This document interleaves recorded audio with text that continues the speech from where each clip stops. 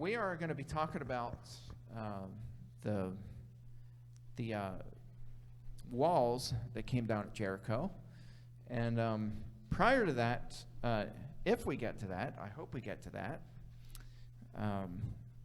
there's some really cool things that I want to talk about that aren't necessarily related to archaeology per se, but it's all part of this story. And I don't want us to get lost and hung up on the cool stuff with the archaeology and miss the more important thing, and that's the story of God being this incredible, powerful God. Man, there were just from the beginning of time, man has been really good at undoing everything good and beautiful and pure and holy that God has established and God has created. And I think it's easy for us to look around and just look at the amount of destruction that is just beyond the fingertips of man. We are really good at verbally tearing people down, at starting wars, at starting civil wars, at persecution, at oppression, at even everything from corrupt politics. Man just is really crappy, and all of us are. I think one of the things that I think we need to routinely be careful of as Christians is not to boast our Christian horns and make it appear as though we're more righteous than other people. And that was one of my sermons, I think that was last week, where I talked about not because of our righteousness. God made it clear to the Israelites that they were not entering the promised land because of their righteousness, but because of the oppression of the other people who God was going to drive out. He was using the Israelites to drive out wicked and crazy people who are just inflicting incredible amounts of harm on other people. I mean, they were just absolutely awful human beings. And as part of the promise to the Israelites, God certainly promised that he was going to bless them, but he gave a very stern reminder that it's not because you're righteous that I'm doing this. It's because of God's righteousness, not our righteousness. And I think that we need these reminders, and we see that throughout these stories. And today I want to talk about Jericho and why it was so significant. This was the first city that the Israelites took out whenever they crossed the Jordan. If you remember, Moses was leading the Israelites, and then Joshua took over as the commander. And he sent spies over. So if you have your Bibles, turn to Joshua chapter 2. And we're just going to kind of read most of the chapter here and let it speak for itself. Joshua chapter 2, starting in verse 1. And Joshua the son of Nun sent 2 men secretly from... I always laugh when I see this word because I had a professor who was a Bible scholar, an Old Testament scholar, and he emphasized in class, and he said, please do not pronounce this shittim. He's like, the proper Hebrew pronunciation is shittim. Shittim. So of course, the whole class was laughing really hard, and every time I see this word, I giggle now. So anyway, now you know how to pronounce Shittim. He sent 2 men secretly from Shittim as spies, saying, go view the land, especially Jericho. And they went and came into the house of a prostitute whose name was Rahab, and lodged there. And it was told to the king of Jericho, behold, men of Israel have come here tonight to search out the land. Then the king of Jericho sent to Rahab, saying, bring out the men who have come to you, who entered your house, for they have come to search out all the land. But the woman had taken the 2 men and hidden them. And she said, true, The men came to me, but I did not know where they were from. And when the gate was about to be closed at dark, the men went out. I do not know where the men went. Pursue them quickly, for you will overtake them. But she had brought them up to the roof and hid them with the stalks of flax that she had laid in order on the roof. So the men pursued after them on the way to the Jordan as far as the fords. And the gate was shut as soon as the pursuers had gone out. Before the men lay down, she came up to them on the roof and said to the men, I know that the Lord has given you the land, and that the fear of you has fallen upon us, and that all the inhabitants of the land melt away before you. For we have heard how the Lord dried up the water of the Red Sea before you, when you came out of Egypt, and what you did to the two kings of the Amorites who are beyond the Jordan, and Sihon and Og, whom you devoted to destruction. And as soon as we heard it, our hearts melted, and there was no spirit left in any man because of you. For the Lord your God, he is God in the heavens above and on the earth beneath. Now then, please swear to me by the Lord that as I have dealt kindly with you, you also will deal kindly with my father's house. And give me a sure sign that you will save alive my father and mother, my brothers and sisters, and all who belong to them, and deliver our lives from death. And the men said to her, our life for yours, even to death. If you do not tell this business of ours, then when the Lord gives us the land, we will deal kindly and faithfully with you. So, of course, you know the rest of the story, and they spared Rahab. A couple things. What are significant about this? What are things that stick out to you about this story? Just some interesting facts. There's no right or wrong answer. What are some interesting things?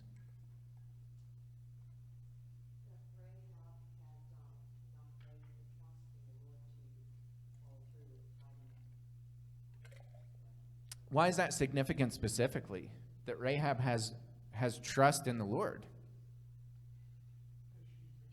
Yeah, she's a Canaanite. She was brought up with multiple gods. Certainly didn't believe in the God of the universe. The God who we worship was not her God. And she has this deep reverence for the Lord and trust, and says, we know that it's because of your Lord that we tremble. We're absolutely living in fear. The people's hearts are melting. People are terrified because of your God.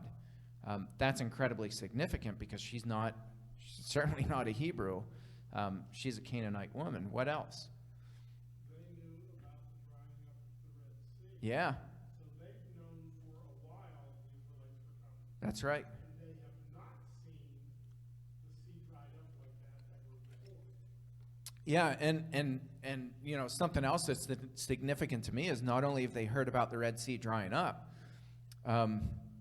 but they're not, as a lot of governments did, they would get ahead of the stories, so to speak, and mythify and vilify these stories and say, there's no way that could have happened.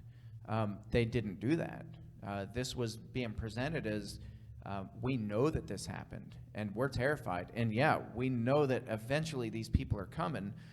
And if these people could, if their God could swallow up the Egyptian army with all the chariots, and the Egyptian army was the army to beat. It was the most powerful military force, and everybody feared the Egyptians.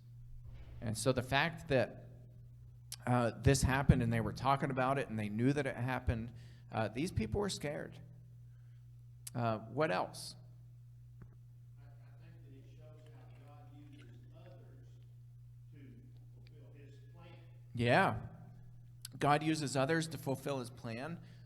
We're talking about a prostitute who not only becomes significant in the story of the conquest of Canaan. I mean, she's one of the most significant people, because had she screwed these spies over, God still would have been faithful, for sure, but there would have been a lot more ink that was poured down in the Bible, because you would have had just complete chaos. But she was And she was vital to the intel for the Israelites, for these spies who came over, for protecting them. But not only was she instrumental in the Israelites coming into Canaan, but what else is her significance? Where do we see her name pop up? She's in the line of Jesus. Yeah, Matthew chapter 1, the genealogy of Jesus. If you look at Matthew chapter 1, starting in verse 1, you have the book of genealogy of Jesus Christ, the son of David, the son of Abraham. Abraham was the father of Isaac, and Isaac the father of Jacob, and Jacob the father of Judah and his brothers, and Judah the father of Perez, and Zerah, who were twins, by the way, by Tamar. What do we know about the story of Tamar? Tamar was the daughter-in-law of Judah. And what did she dress up as? Prostitute. And her father-in-law Judah, went and had sex with her and impregnated her with these twins. And they're in the genealogy of Jesus. And Hezron the father of Ram, verse 4, and Ram the father of Amminadab, and Amminadab the father of Nahashon,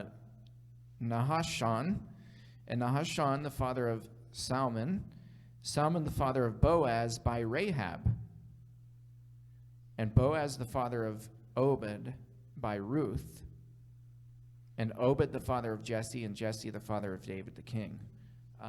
She's in the genealogy of Jesus. She wasn't just some prostitute hanging on the wall who lied to save the skin of a couple of spies who came in from Joshua. She's in the genealogy of Jesus. I think that's incredibly significant. I think that speaks to who our God is, because we're so good at putting God in these tight boxes. I mean, we squeeze him in, right? And there's so many times where we become so legalistic in our view of who God is that we can't fathom a God who fits outside of this. And so we start pointing fingers at everybody else who doesn't think that way. And that's where we boast of our righteousness. And we're like, well, God blesses people who are Christians, and there's a reason why you got a flat tire. Like, we come up with all these bizarre theologies where we sound like Job's friends. And we start pointing the finger at people, and we're like, surely you've done something in your life to make God mad. And I've got news for people. It's not really how God operates. And I think the story is so powerful because Rahab, she believed. We're kind of flying over the story. When they come to her house, Mm-hmm. they're already hidden. Yeah. So when they come to her house, she knows who they are. Everybody Yeah. else in the land knows who they are. We forgot Sure. to tie it back to when Moses sent them into the land. Right. And what Right. did they say? They're like giants to us. Yeah. So you got these little guys coming in. Yeah. She recognizes who they are right away. She's a prostitute, a Canaanite, and apparently she's got apartments for rent. Yeah. Good businesswoman. She is a good businesswoman. Immediately she hides them Yeah. in her inventory because she's got flax for some reason. Right. So she hides them, and she's got a story ready for when people come to get them. I mean, there's a lot of stuff going on here. That is a very, very good point. Yeah. She's I don't think she's just thinking on her feet. I think, yeah, she already had this story planned out. She's been real proactive. Yeah. And I Yeah. think that says something to get out of fear that she has of God Yeah. whom she doesn't even know. Mm-hmm. Very, very good points. Yeah, I mean, this whole story is so incredible. And the other thing, too, is Jericho, it was to be the first city that was taken out. Joshua says you take out Jericho first. Well, why is that significant? you know, if you know anything about Canaan, this was a significant stronghold and one of the oldest cities on the face of the planet. Jericho is, we have evidence that predates just about any other site on earth that we've uncovered. It's one of the oldest cities and most significant cities. And this wasn't the first wall that they built in Jericho either. You know, and think about the size of this wall. You know, there are apartments built into this wall. In fact, I'm going to flip to a picture. I apologize for the online people. We have, we're short-handed today because we have so many people who are sick. But if you look at this picture, this is in Jericho. This is not in Shittim, but this is in Jericho. But it just shows you the size of these walls that were built in antiquity. If you look at these things, what do you think those are? Yeah. Those are windows to these. Look at how massive this is. This is just one little section of this wall in Jericho. You can see here just how deep it goes, too.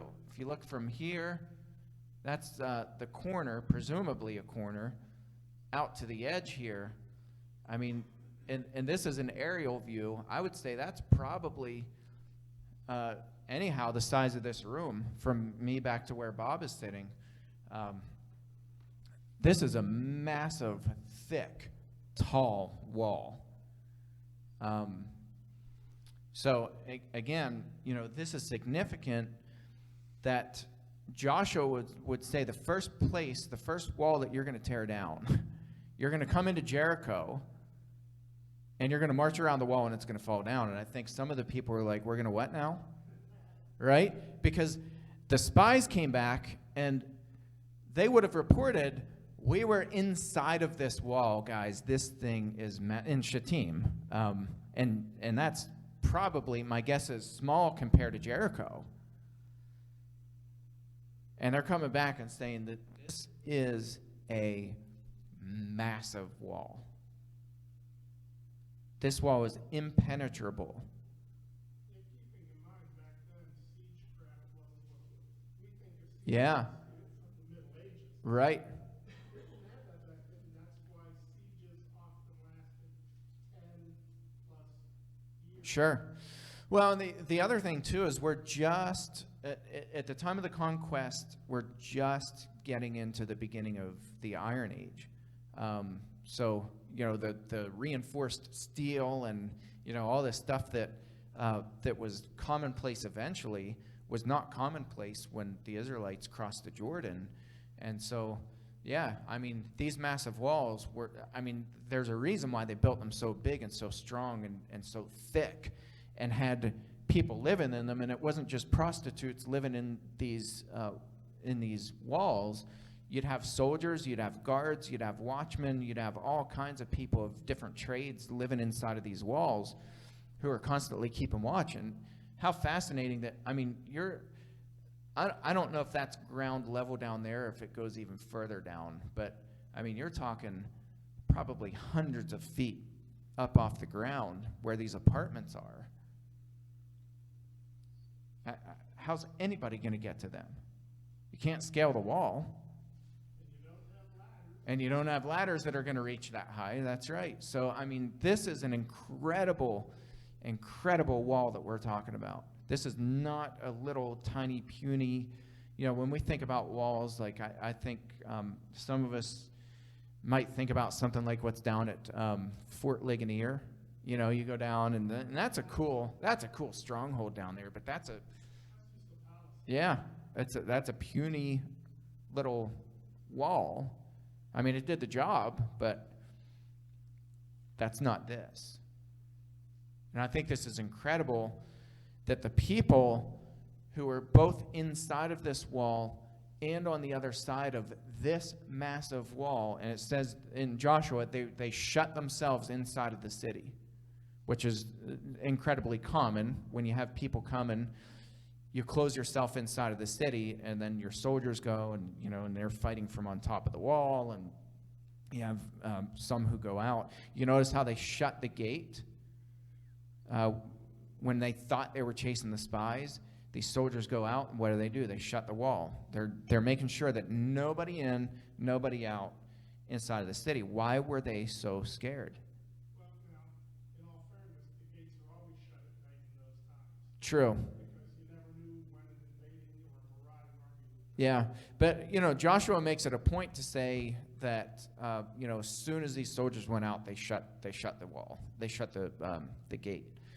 So I think there was this increased level of fear and maybe paranoia, but certainly, I'd like to know how they got in yeah, I don't know. because if That is fascinating. they know who they are, Yeah, so how did they get in to begin with? yeah, I don't know. They were in secret. It says, go to the land, especially Jericho. So they went and came into the house of a harlot whose name was Rahab and lodged there, and it was told to King Jericho. So it doesn't seem like they were hiding. Yeah, And that's why I'm wondering. yeah, that's a good question. Maybe one day we'll ask God, because that's fascinating. Yeah, they got in somehow. But, I wanted to show this because as part of the story, I mean, God, let me put this in modern terms. Let me personalize this. This is not about me, and I don't want to make it about me, but I can tell you from personal experience with part of my own struggles, there are many times where God just kind of turns into a, kind of a casual buddy,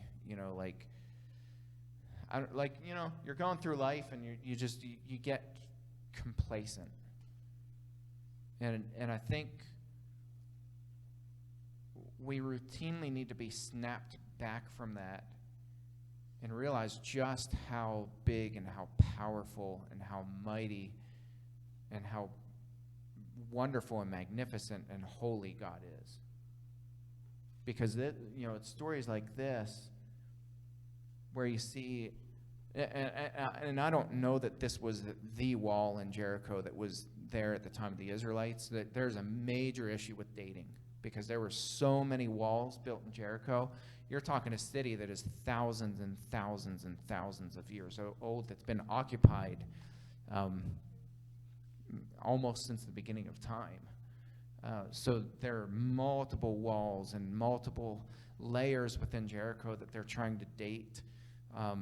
And there's overlap, and sometimes walls would be knocked down because of earthquakes or whatever. Then they just kind of level that out and start building on top of that.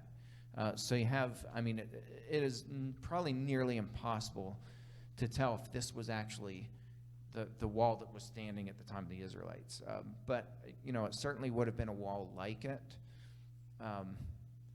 If it wasn't this wall, it would have been a wall that was very similar to this.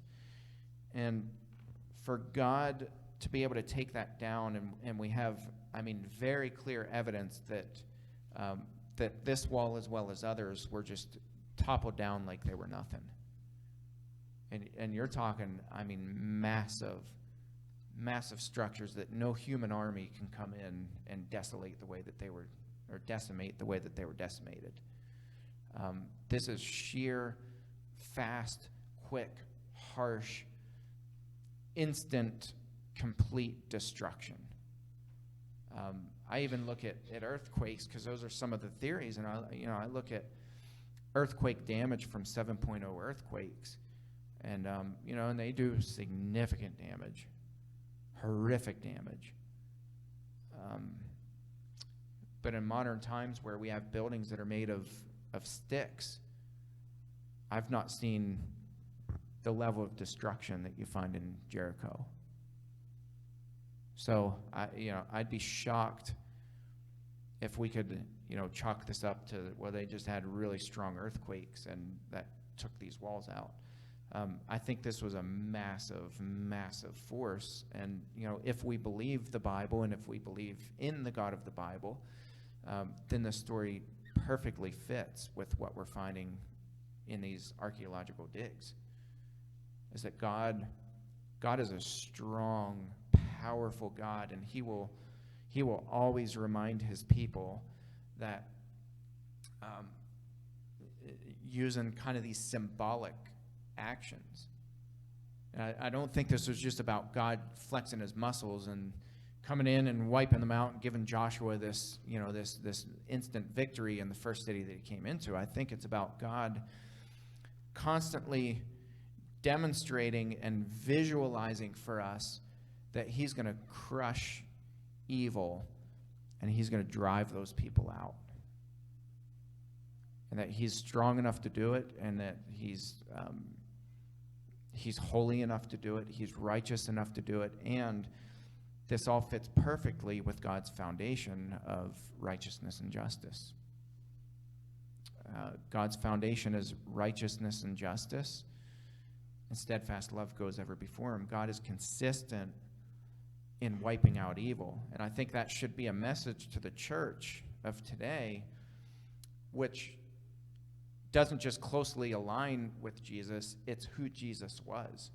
That Jesus drove out wicked people and demonstrated that in very visual ways, just like God demonstrated it throughout these conquests. Jesus drives people out of the temple with whips and flips tables over and creates this visual path of destruction to drive wicked people out. And I think we need to remember that that's because that's who God is. God hates evil. He hates wickedness. He hates oppression. He hates lying and corruption and people who build themselves up as righteous when they're destroying other people's lives. God hates it, hates it, hates it, hates it, hates it. And I think we need that constant reminder that it's not just about uncovering cool walls and finding this cool history. It's about really identifying with who our God is, who the God is who we serve, and man, is he powerful and righteous and just, and that's a good thing.